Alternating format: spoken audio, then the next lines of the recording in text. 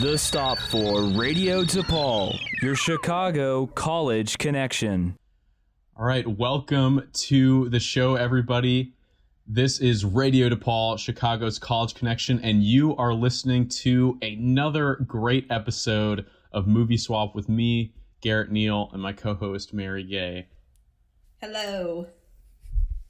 And today is Yeah, you go ahead, Mary.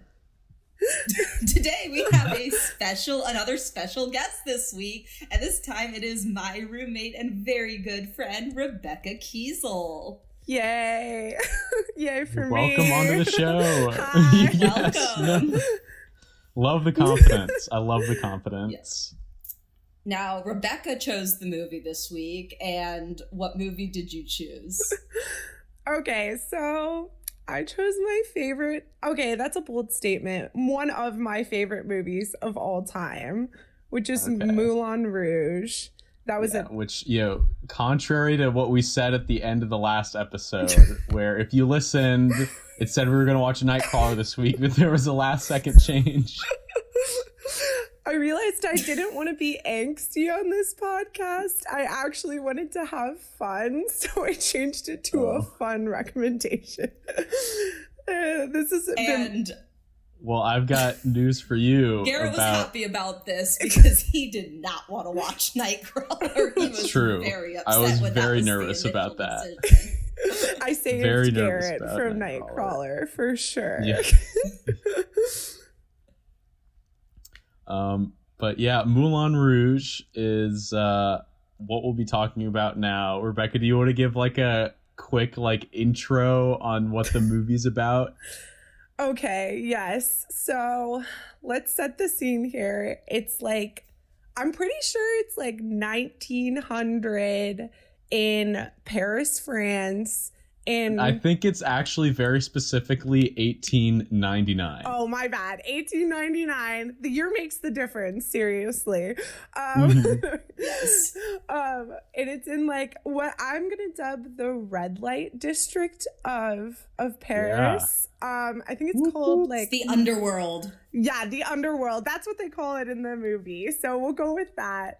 And it has all-time favorite babyface hottie Ewan McGregor. Yeah, this is prime yes hotness. Oh, yeah. I mean, now he's more of a dad hot, but this was he was a young gun in this movie, and he had it going on for sure. He's very 10 pretty out of 10. and he sings pretty music to us, so makes me happy. So important. And then we've also got maybe the most beautiful woman to ever grace television / movies, Nicole Kidman. We love her. She has red hair in this movie. Wow, I'm really objectifying both of the actors right now, but I can't get over how beautiful they do that they a lot are. in the movie too, so you're not wrong. Especially Nicole Kidman. Nicole Kidman. Whoa, yeah, we'll talk about that. Oof. For sure. Oh, yes. And essentially, it is just a whirlwind romance. We've got Ewan McGregor as Christian, the penniless writer. He's come to join the Bohemian Revolution. The penniless sitar player? Oh, so my bad. The penniless sitar player. That's supposed to be subtle, Garrett. You don't know that connection till the very end. Wink, wink. And then we've got Nicole Kidman, who is a prostitute, or I should say courtesan. Very classy fancy courtesan. Yeah, okay, my bad. And she is trying to be an actress. Those are her aspirations. And she works at the Moulin Rouge, which I can only classify as a 1900s burlesque club. So amazing, great setting. Well, hey, it's 1899. Okay. 1899. Come on, Rebecca. Oh, damn, I'm gonna make this mistake the whole movie. But yes, and it is if you want to cry, you can cry in this movie. If you want to laugh, you can laugh in this movie. If you want to sing, you can sing to this movie. It's got everything. If you want to be incredibly uncomfortable for long periods of time, you can do that in this movie too. Whoa, and Mary will definitely have some opinions on that one, but I do like this movie. It's just a lot. It is a lot. I'm fairly familiar with this movie. I've seen it several times. And so I made the decision to watch it with creator's commentary this time, which was a very interesting way to watch this movie for a few reasons. Just hearing Baz Luhrmann justifying some of the decisions he made in this film is enlightening, I guess you could say. But also watching the story of this film unfold while not being able to be taken in by like the music and performance of these actors makes you, it really made a lot of things stand out in this movie that did not stand out as much before. So I'm gonna have to watch it like that next time. So two things. One, Rebecca, this is one of Rebecca's favorite movies. The other one of her favorite movies is Romeo and Juliet, the one with Leonardo DiCaprio. Oh, Mary's about to call me out. I was like, wow, like, so you really like Baz Luhrmann movies, because he made those two, and he made what's the Great Gatsby, also with Leo. She was like, who's Baz Luhrmann? And I was like, oh my god. No. She just didn't realize that those two movies were made by the same person. And she really liked Great Gatsby, and she didn't realize that was also Baz Luhrmann. So that's funny. Yeah. So that's my first thing. That was me outing Rebecca. That was the one. Garrett, so I have only seen this movie one time before. That was really 7 years. That was 7 years ago in your basement. No, I remember we watched it 7 years ago. I didn't realize you hadn't seen it since then. No, because I was so scarred by the like a virgin scene. I didn't want to watch it. That's one of my favorite scenes in the movie for sure. Oh, no. She's confessing. Oh, so important. Also, so Harry, it's a Harry Ziegler is the man who runs the Moulin Rouge. He's the big kind of You mean Professor Slughorn? Ringleader of the circus James of the Moulin Broadbent. Rouge. I love James Broadbent. Or James yes, or and Jim. while we were watching it, we watched it together, obviously, Rebecca and I did. And I was just sitting there trying to figure out who he was because I couldn't remember. Then I just said, Slughorn. Yep. And yep, Rebecca was like, oh my god, I'm going to watch this movie now. I know, I was like, thanks, Mary, for having that be the only thing I see for the rest of the movie. Thanks a lot. You guys should watch. He's a great character actor and is in a lot of really good stuff. So you can like, I'm sure. You like watch some other stuff and then you'll kind of like be able. I mean, it's tough because like obviously Slughorn's like in a pretty iconic franchise. Oh, but, yeah. Question for you, Garrett. Did something I need to address that stuck out to me in this movie that might have been answered as a choice by Baz Luhrmann? Why was the one black character named Le Chocolat? Named Chocolate? Yeah. Never talks about yes. it. Never talks about it. Which like that was bad. You know what? He did spend like 3 or 4 minutes talking about how Nicole Kidman is so pretty because she has the whitest skin in the movie. And I was like, yo, which also like, you notice this, like obviously like the first time we see her, they do it, but they do it several times throughout the film. You see her a lot of times in blue lighting. Oh yeah. And they did that because it made her skin look paler. Oh my god. And so that's why she's in blue lighting a lot, because like scene? obviously the paler people, you know. The scene where she's on top of the elephant and she's singing her like alone, like she's on her own. One day she's I'll like, fly away. Yes. Fly away. She in that scene is a freaking ghost, completely pale. Like They really did some work on that. That's some like Twilight level stuff right there. Not kidding. But anyway, should we start? Let's start. Yeah. So, we enter on we get the, we're zooming through 1899 Paris underworld. We've got the intro song is called Nature Boy, which I didn't know was like an original song, but because it because it's like, there was a boy, a very strange, enchanted boy. And it was like, anyway, but that was like actually a song before the movie, which I didn't know. I did not know that either. Yeah. Well, on the soundtrack, it's sung by David Bowie. Oh my god. Yeah, they used the David Bowie version later. But the beginning, I think it's sung by Christian. Toulouse, yeah. Or is it sung by Toulouse? No, it's sung by Toulouse. Oh yeah, because they zoom in and Toulouse is like standing off the top of the whatever windmill of the Moulin Rouge. Yeah. And like that's because that's like that scene actually is in 1900 because that's like it goes back to that scene at the end was he's in his makeup from the play and he's like singing about the story because then like Christian's all sad and stuff happened, but we'll get to that. One of my favorite parts of the first part of this movie. So they do this dramatic zoom. They're zooming through the underworld and they pass like the prostitutes. They pass like, I guess what are like the druggies of that time. And it's all like black and white, really dark, really grungy, that kind of thing. And then, so it's Christian, he's writing, he's essentially about to write the story of what had happened in the prior year, which is about to be the movie. So they're setting the stage, but this is after everything has happened. So he's like clearly very sad.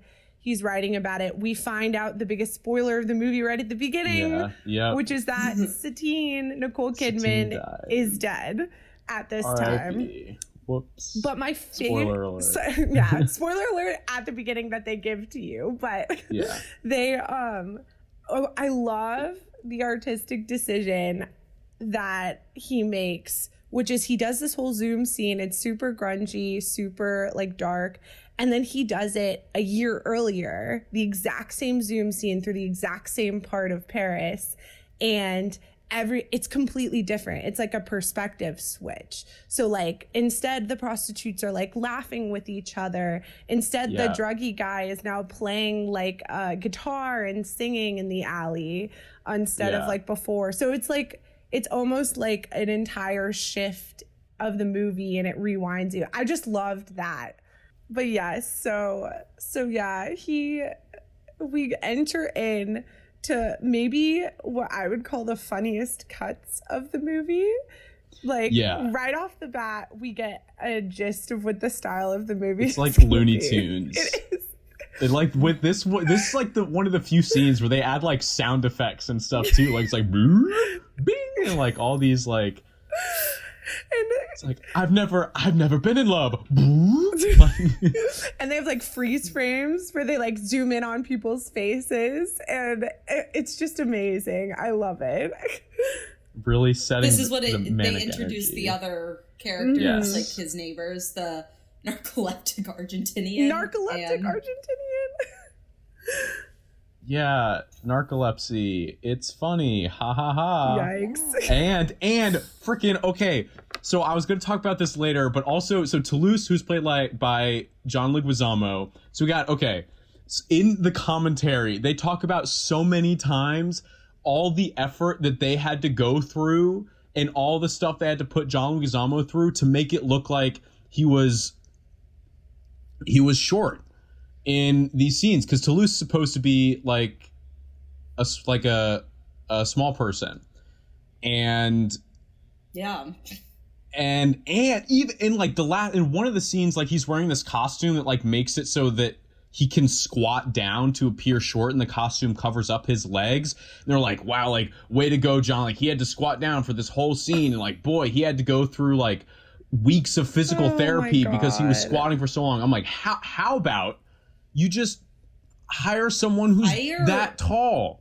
Well, especially because they there hired are really talented actors that should have been hired. They also hired another small person for a more minor role in this movie. There are several people that they hired. There are several small people that they hired just so they could show images of small people doing erotic dancing. Yeah, exactly. Yeah, one of the can dancers is a small person, and they would hire for that, but apparently not for the bigger role of Toulouse. So a lot of, I mean, like, there's a lot of objectification just in general in this film, but also it's like, especially in terms of like again, like the one black character in the movie is named Chocolat, and they're like, oh, we can give this role to John Leguizamo, but we will have actual small person in the film, but just so that, you know, so anyway, yeah, that was fun. But yeah, he's part of the crew, is Toulouse, and then there's like the bald piano player, and love him.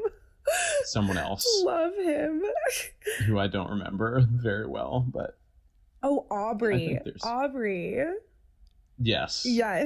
Sure.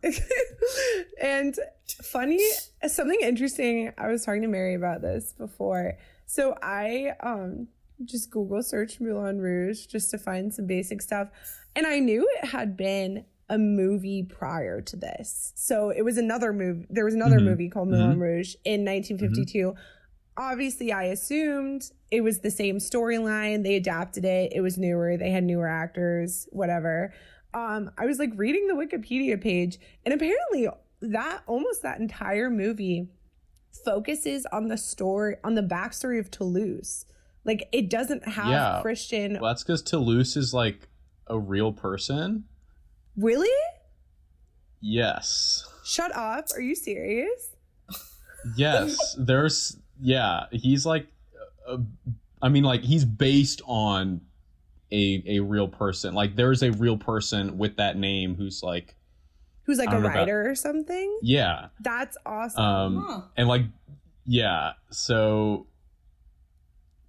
that might be why they chose to do that. I mean, probably. Like, what Baz Luhrmann did was he pulled like a Titanic and just like shoehorned this totally made up love story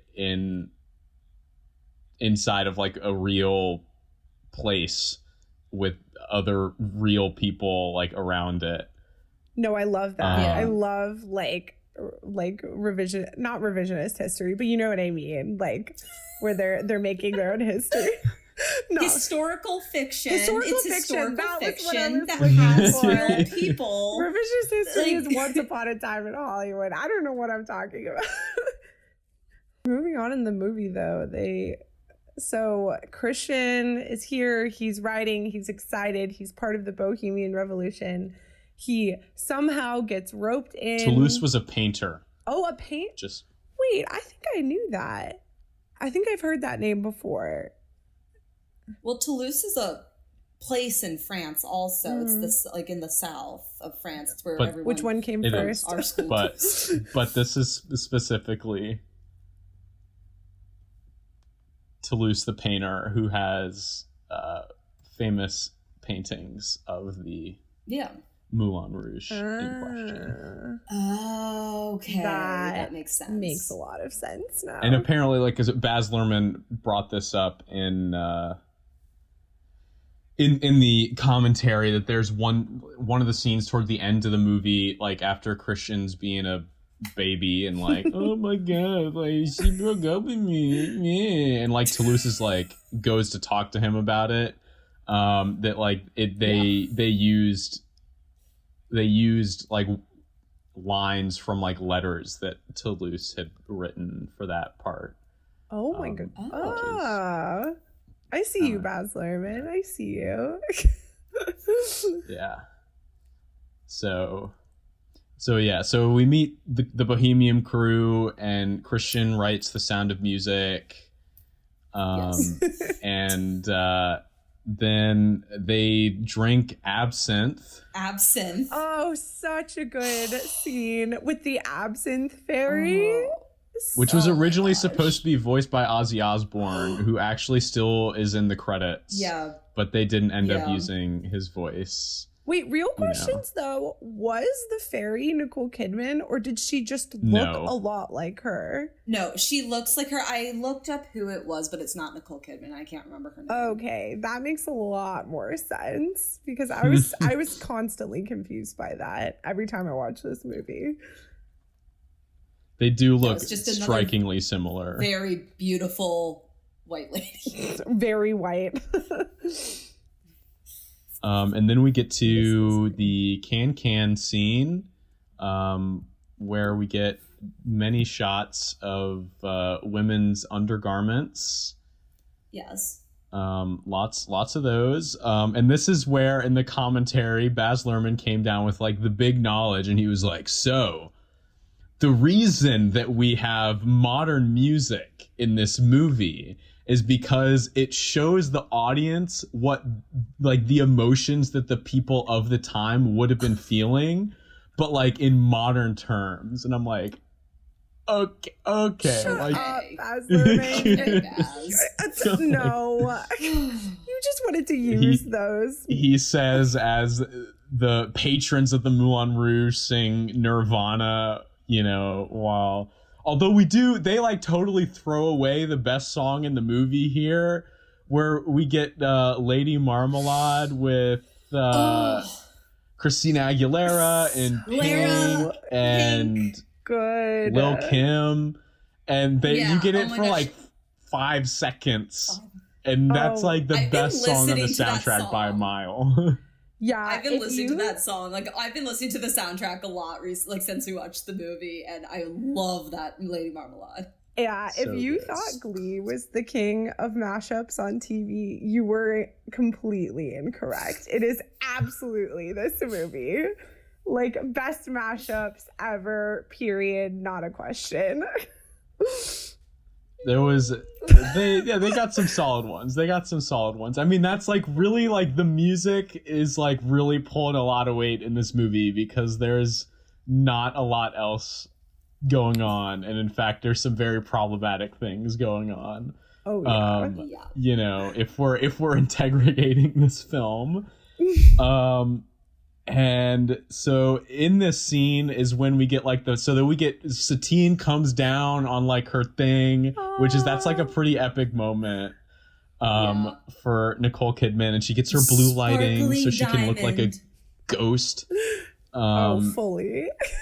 And then we have the great miscommunication where like she's trying to communicate with Ziedler, who's there. It's like, yo, like you gotta find the Duke, because he's gonna give you all this money, and then you'll be able to become a famous actress.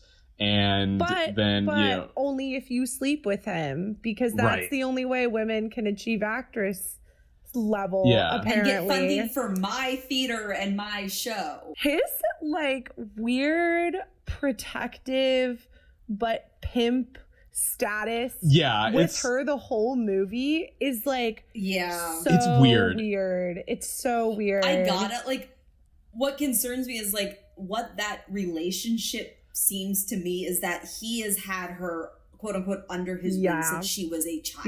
Yeah. Fully, because he's Like, almost father he is- status with her Exactly. in a lot of Yeah. ways. No, that's what I'm thinking. It's like, and it's weird that he is portrayed as like a father figure, when it's like this is like it's not okay, but it's portrayed as being okay. Oh yeah, it's portrayed as being like protective, but in essence he's selling her at the same time. So Yeah. oh yeah. the entire thing is just so cringy, but Which is a shame because again, Jim Broadbent puts in a absolute powerhouse performance with Ziedler. Yes. Just like Yes. chef's kiss. like he just when Satine faints, because we find out, of course, since we know she dies, she has consumption, and she faints, and then Ziedler's like, "Oh yeah, what a show, right, everybody?" Oh. Yes. so bad. Oh no. And then And- we get the glorious poetry reading. Mary's Oh, yeah. favorite thing in the entire whole If you movie. want some secondhand embarrassment, boy, have we got the scene for you. Rebecca, please describe what I was doing during that entire scene. So I look over and Mary's on the corner of the couch. She's receded into the corner of the couch, I should say.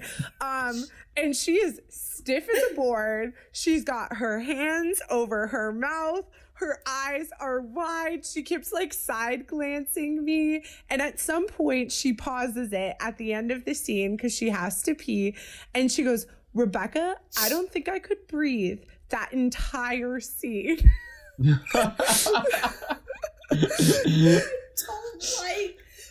I don't like over the top sex noises. That's true. I mean, Nicole Kidman, by the way, like Oscar nominated performance from Nicole Kidman. Oh yeah. And I think we can all say it's because of this scene.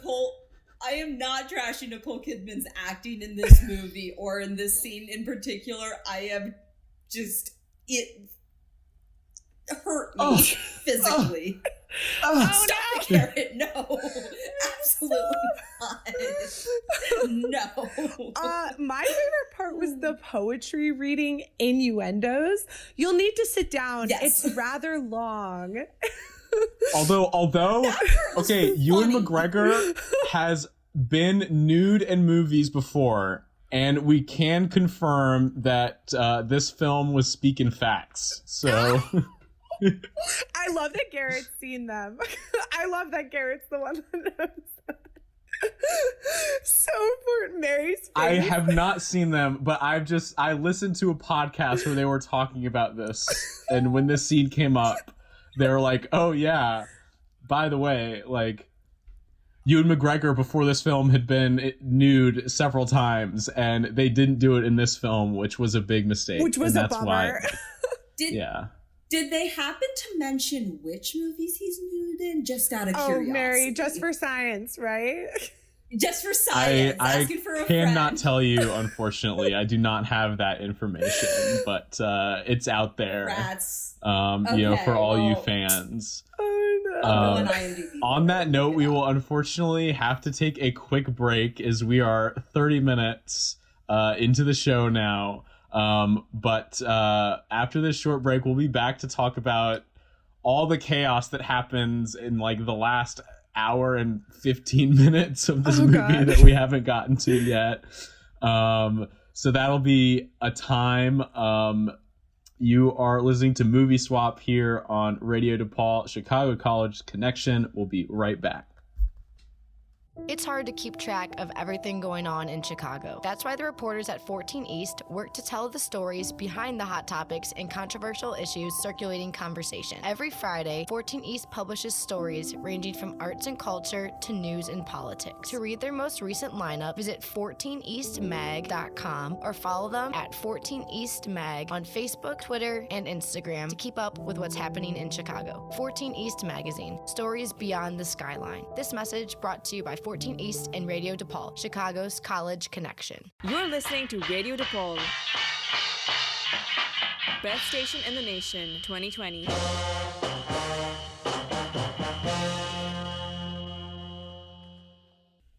right, welcome back, everybody. This is Radio DePaul, Chicago's College Connection. You are back listening to Movie Swap, where we are talking about the Moulin Rouge. I'm Garrett Neal here with Mary Gay and special guest Rebecca Keisel. Woo! When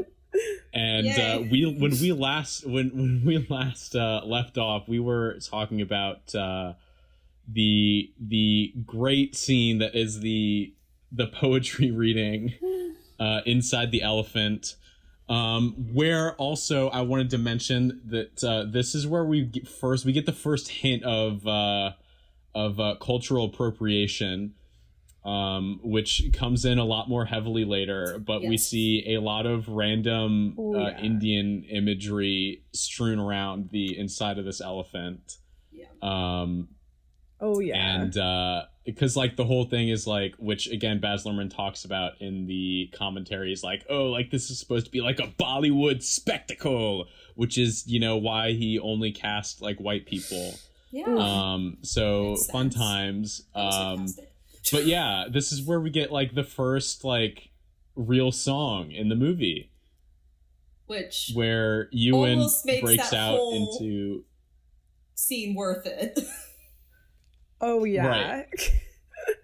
And so don't forget, we're introduced to the single most important character of this movie, which is the singing moon. I would just like to say. That's right. The Teletubbies' son's grandfather. Who's also an Yep. opera singer, apparently. Yep.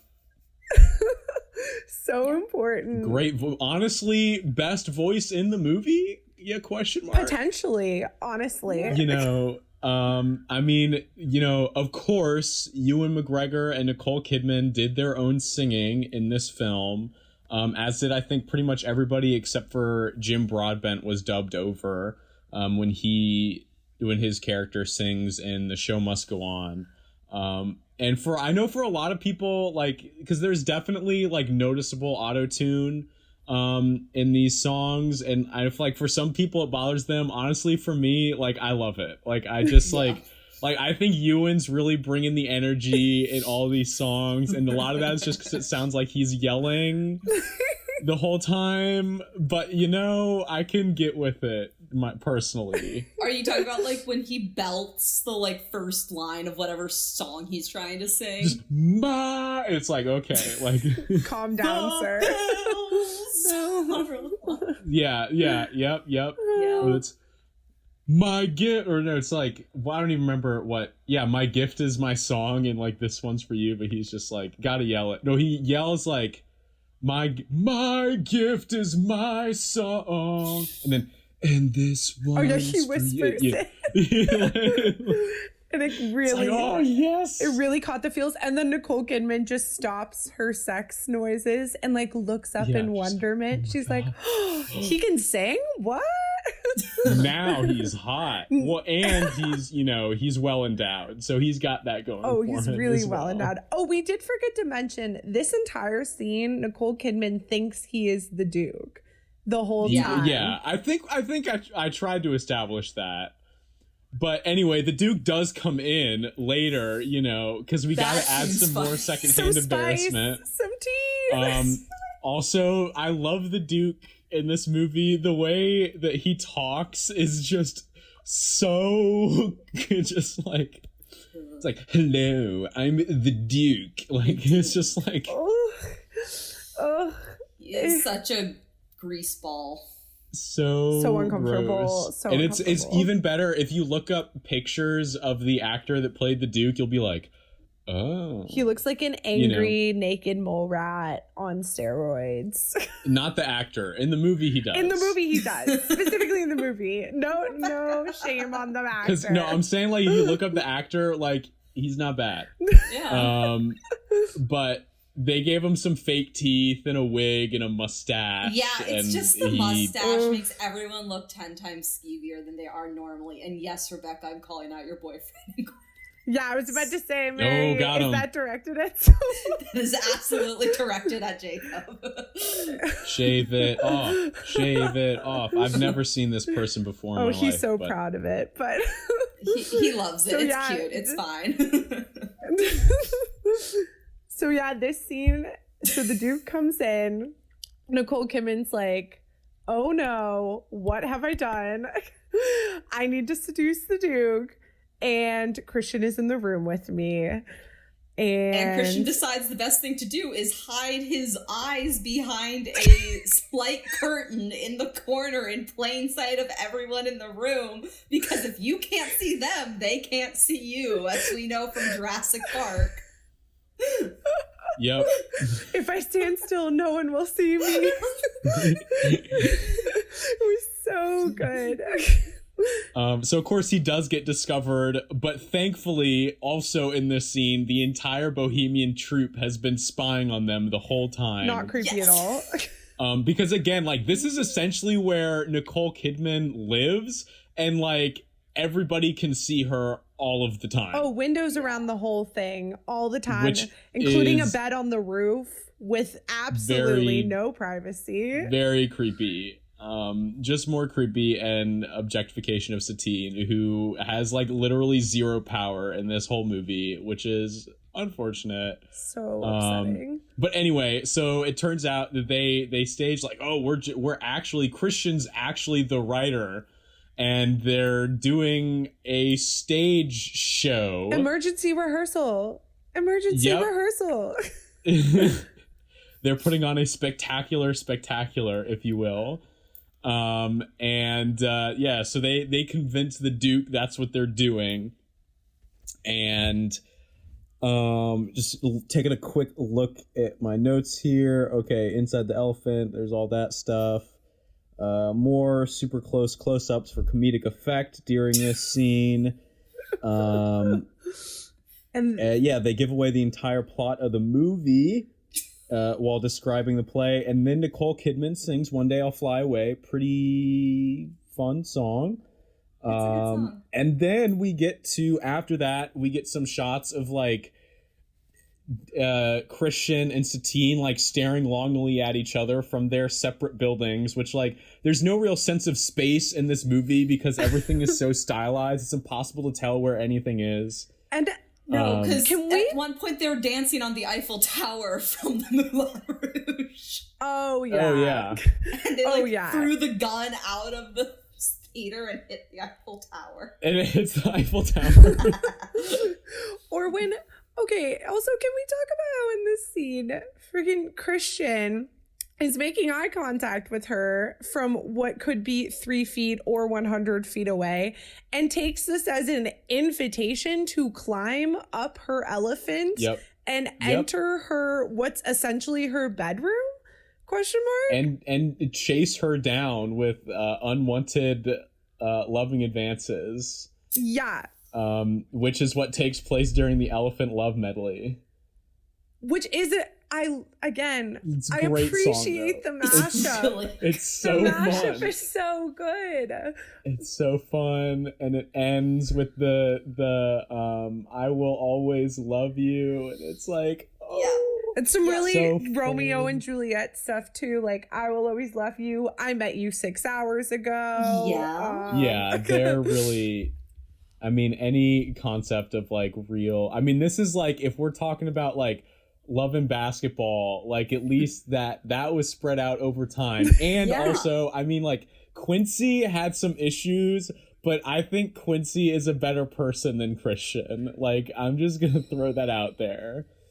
No, Mary's got to think about that debating. one. Yeah, but we're gonna get to Christian.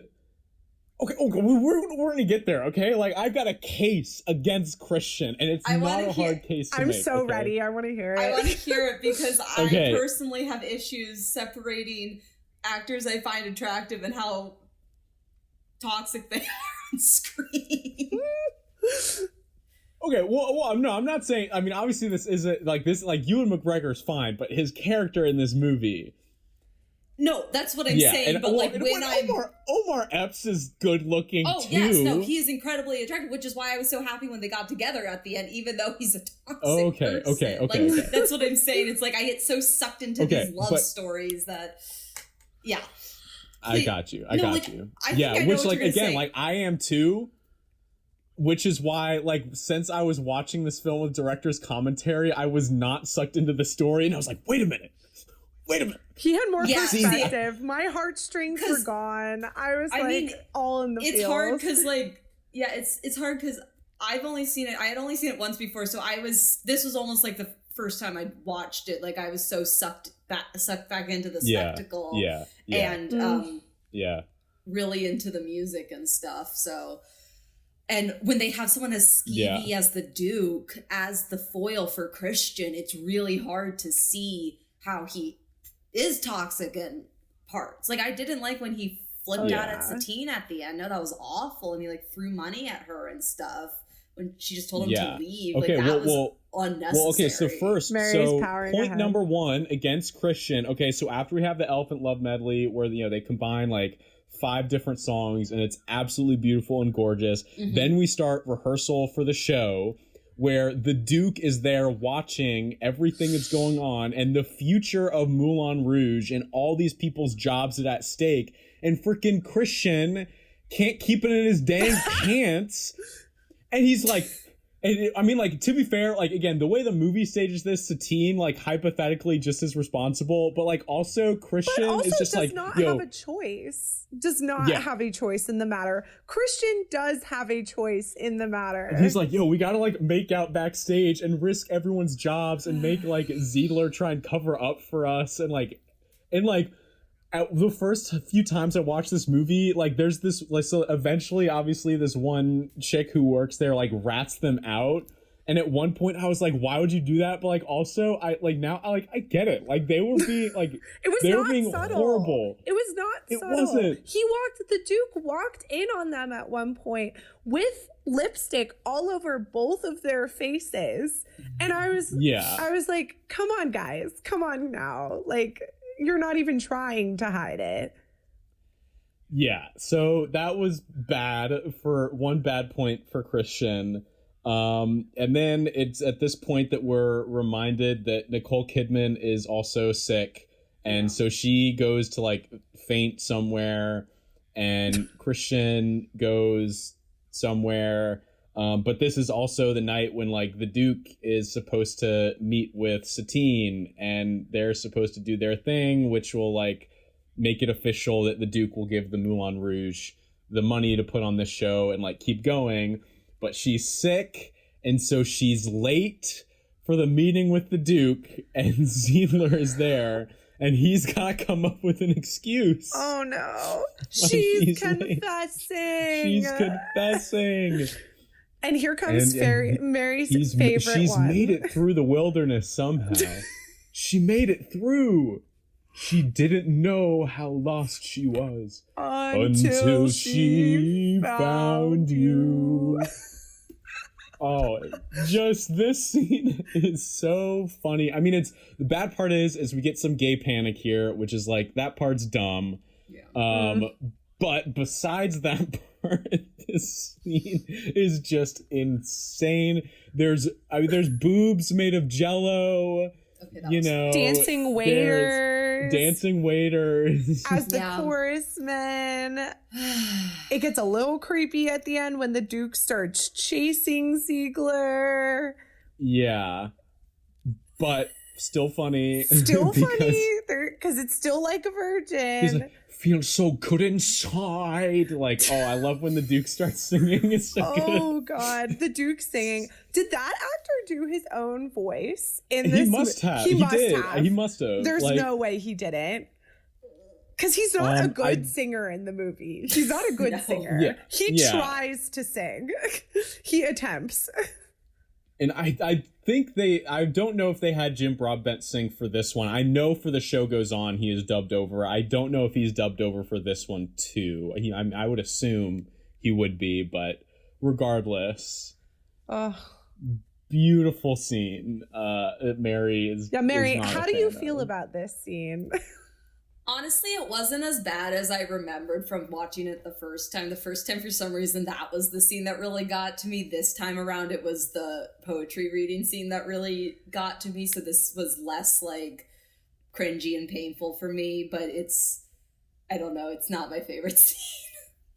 It's just really stupid. Like, it is so like, dumb. It's dumb, but, like, I enjoy, like, the silly, like you were saying when they were showing the idea to the Duke and the silly kind of like cartoonishness of those scenes much more than the silliness of this scene. I think it's just because it's the two like creepiest characters in the whole movie singing Like a Virgin by Madonna. Yeah. That just unsettles me.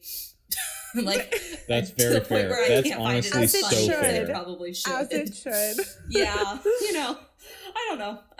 It's not as bad as I remember. I think I was mixing up the Absinthe Fairy and Like a Virgin in my memory from 7 years ago, so it was like creepier in my head, but now it's fine. Yeah.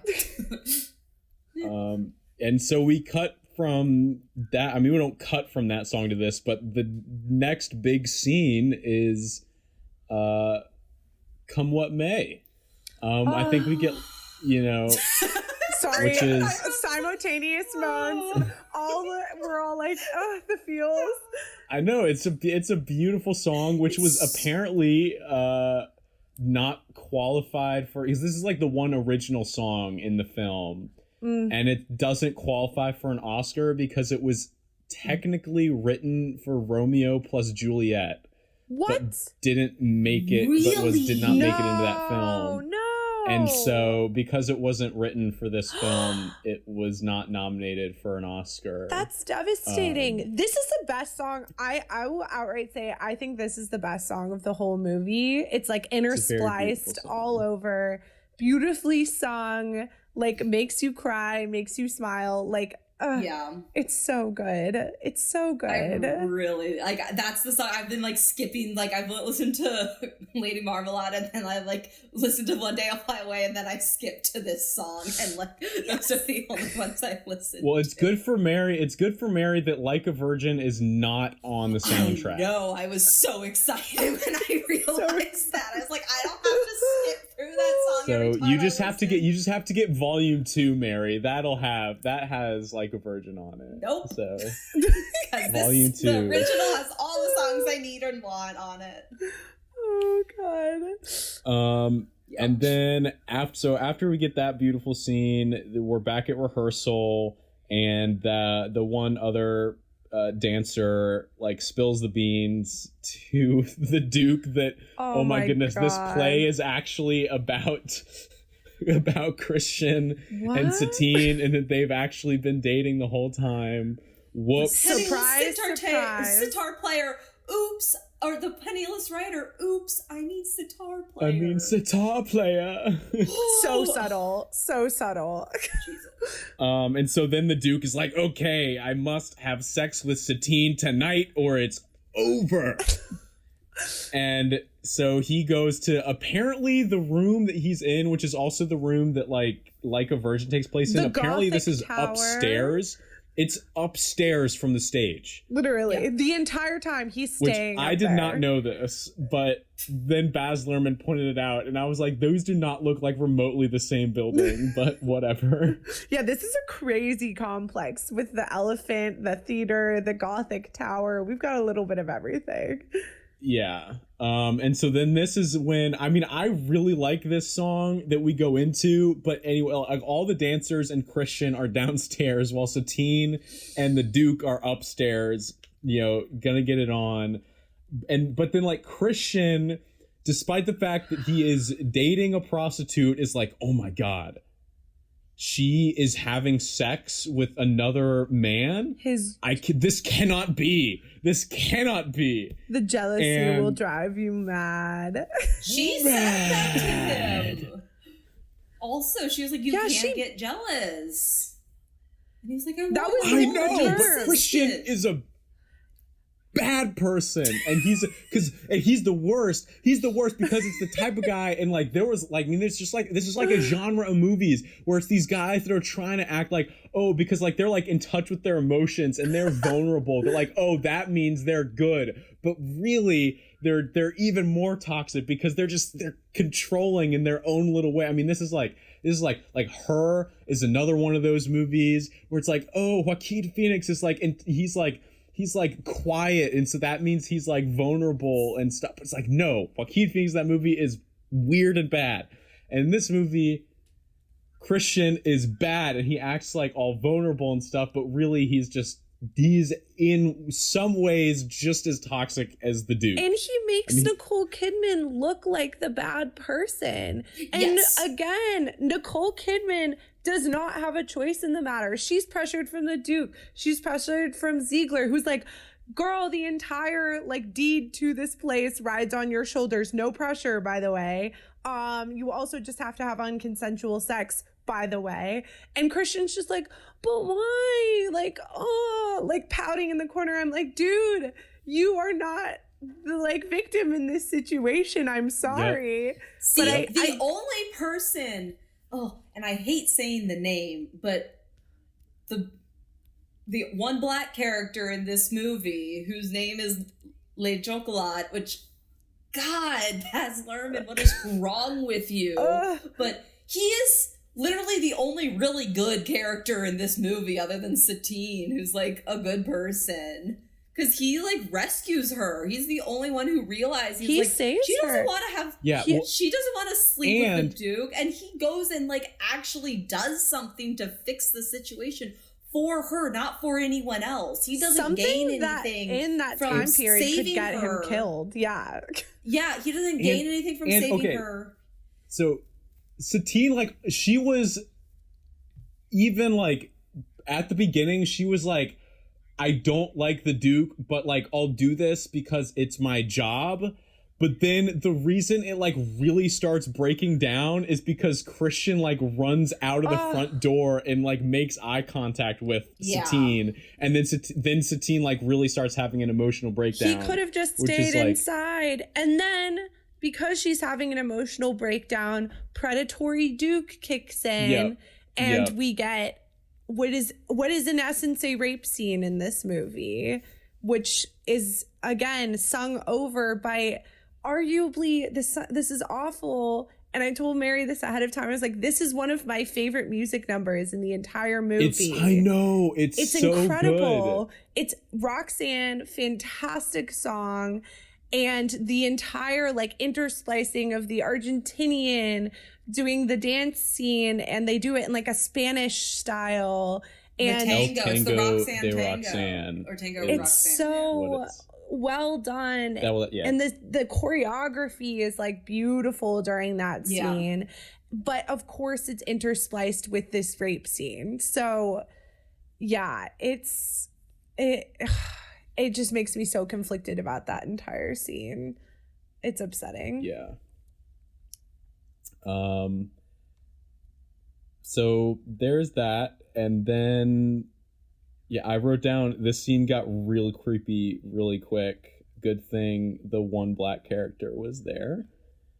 But then, we have the manservant. Haven't mentioned the manservant yet. Yeah. Duke has a manservant, and the Duke is like, okay, I'm going to have Christian, my manservant will handle this, which makes me think of Titanic, because there's also a manservant in that movie. And so then we have The Show Must Go On, which I really like the version of that song that they have here. It like is really pointless in the movie. There's really no reason for it to be there, but it's there. But it's dramatic, and then we have the 98 degrees moment. Of course, 98 degrees, the biggest hit, the hardest thing, where it's the hardest thing I'll ever have to do is look you in the eyes and tell you I don't love you. Which is where Nicole Kidman has to tell Christian to leave and never return. I don't love you, all just to save him in the end.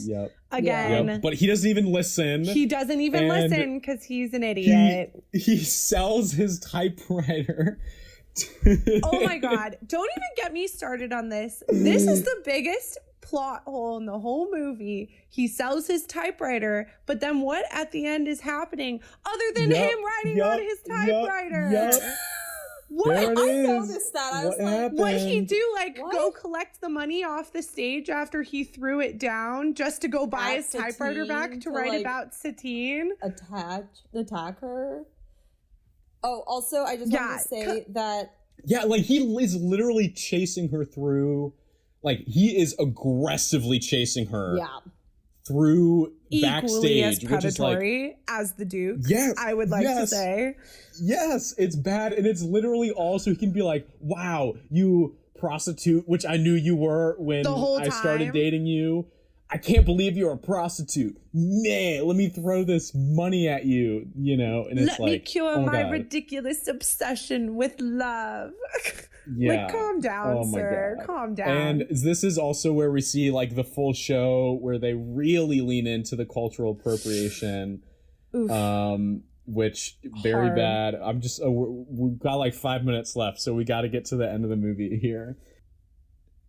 Then we get one of the notes I took is, would this show be the greatest show or the worst show to watch, as it gets interrupted halfway through as Christian, of course, falls onto the stage with Nicole Kidman, Like, would this be like the greatest thing to witness or the worst? I don't know. That's food for thought. Gun, so Oh my because the gosh. manservant's been while Christian's been chasing Satine, the manservant's been chasing Christian with a gun, which then gets flung.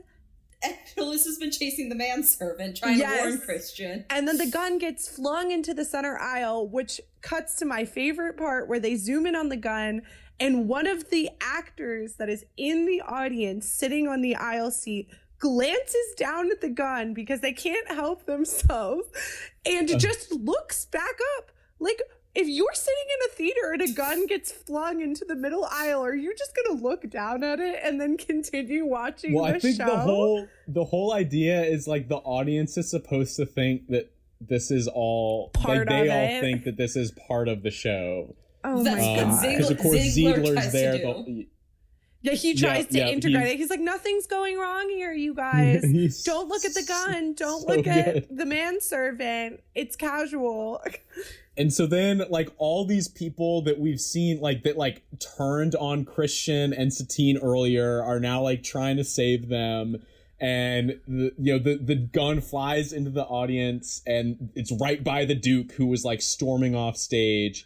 And he picks it up and turns around and is about to shoot Christian, but then Ziegler shows up and punches him in the face, and the gun flies away. And it hits the Eiffel Tower. So realistic. So realistic. And I think, we might have forgot one of my favorite parts of the movie. I don't remember if this happens like right after or before, but like, because Christian gets mad and he throws the money in her face and he walks off stage, and then Satine starts singing "Come What May," and Christian's like walking away, and like right as he gets to the door, he like stops, and then he's like, I've never seen the sky, and he turns around, like Satine's just got like tears streaming down her face, and she gets this like great smile. She's like, oh my god, he still loves me. He's like, and the reason he stopped again is Toulouse, the magical sitar, by the way. He plays the physical instrument in the show of truth. It can only the sitar that only speaks the truth. Falls from the ceiling and says, the greatest thing you'll ever learn is just to love and to be loved in return. And this is when the movie just sucks you in and just you're like, I don't care you. If Christian is problematic. I love both of them. They can live happily ever after. This is not love at all, but I don't even care. And then you think everything is going to be well and dandy. The curtain closes. They're getting ready for the encore where they all bow, and then that's one way to say it. And Satine dies. Period. R.I.P.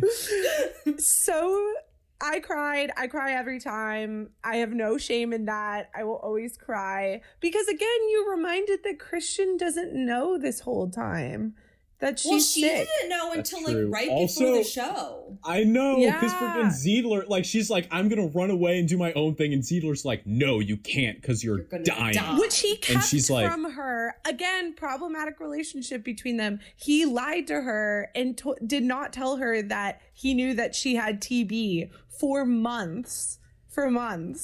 Again. Yep. But she dies, and it's sad, and that's pretty much the end of the movie. Okay. So awards time? Yes. Rebecca, would you like to start us off? Yes, I will totally start us off. I honestly, I have to stick with the same thing that I've been saying the whole show, which is best mashups. Period. I loved the mashups. The music is my favorite part of this movie. Above plot line, above everything else, music is my favorite part. So best mashups by far. Award given. I guess I can go next. I'll give it the I'll never see it the same way award. Which, I mean, that's like a really bad award, but again, like after watching it with director's commentary, which A, gave me some unfortunate insights into the mind of Baz Luhrmann, and B, allowed me to watch the film without being sucked into all the flashiness of it, it just really made the problematic elements stand out to me. And while I'll always enjoy the music and some of the scenes in this film, I don't think I'll ever be able to watch it again without just like all that other stuff sticking out to me. So Yeah, I hate it, but I love it. I'll give it in the same vein. I was going to give it a different award at the beginning, but now after the conversation, I will give it no longer Ewan McGregor's hottest character award. That position will forever be held by Obi-Wan Kenobi now, and I will not go back on that. Always. Which fun fact, in the Clone Wars show, Obi-Wan Kenobi's main love interest, to the extent that he has one, is also named Satine, which apparently was totally a coincidence, but it's just like it's really funny. Okay, that's funny. All right. All right. Thank you, Garrett. that's Would you like to gonna tell do it. us? Well, yes, thank you for coming on, Rebecca. This was very fun. Was awesome. Garrett, what is next week's movie? We will we will not have guests for the rest of our runs, but Garrett, what is our movie we're discussing next week? We're watching King Kong next week. Yep. So good. So I'm gonna watch You're that with watching Mary. it Yes. Really? Oh, I can't wait. Oh. I have never seen King Kong. Garrett has been trying to get me to watch it since You sophomore haven't year seen of high it, school. Mary? This is specifically a 2005 version, not the original 1993. Oh, Although, the 2005 Rebecca, version is amazing. I've seen both. Yeah, okay, Both okay, are great.